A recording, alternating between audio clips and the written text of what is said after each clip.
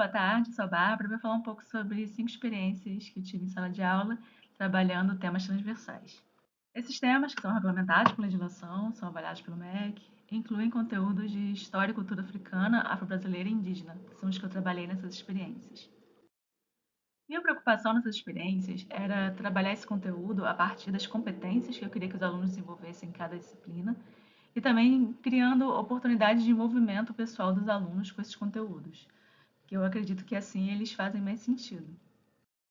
Os 4 conteúdos principais que eu trabalhei foram narrativas indígenas, afro-brasileiras e africanas, folclore brasileiro, símbolos adinkra e provérbios africanos.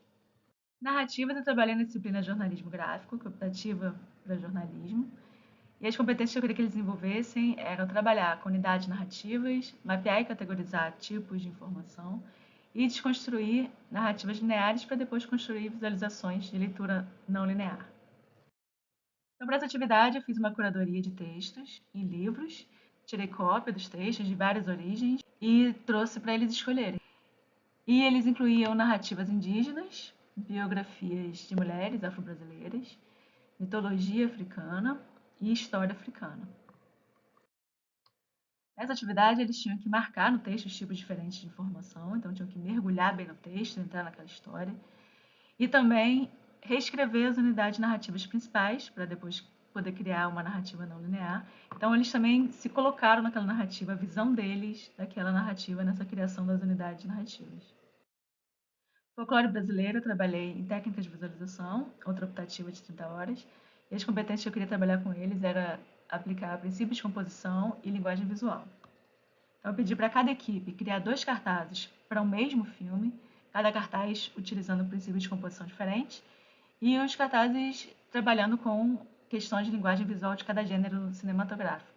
Em vez de pedir para eles trabalharem com um filme que já existe, o que ia dificultar muito a originalidade na criação deles, né?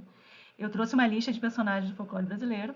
Então, em sala, a gente conversou sobre as lendas, como eram as histórias, como que poderiam se encaixar em um ou outro gênero cinematográfico.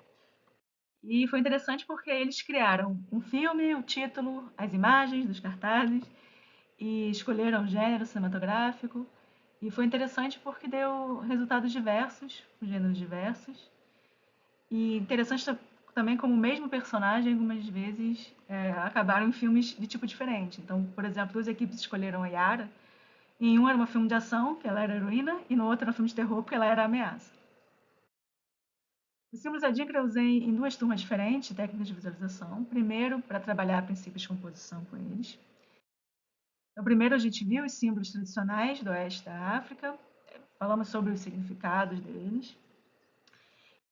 E aí cada aluno escolheu um símbolo para se inspirar no significado e utilizou esse símbolo em um cartaz, mas trazendo aquele significado para a realidade atual do aluno.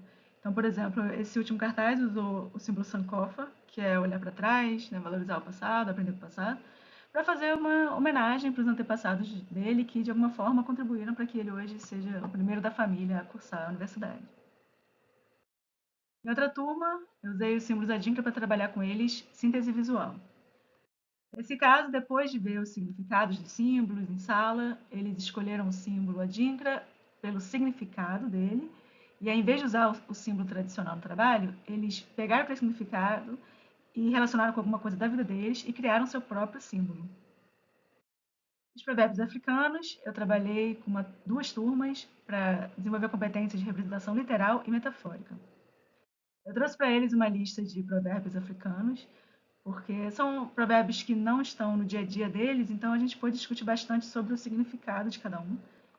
E cada um tinha que fazer um cartaz literal, com a representação literal do que estava escrito naquele provérbio, e outro com uma representação metafórica, que era baseada no sentido que o provérbio tem.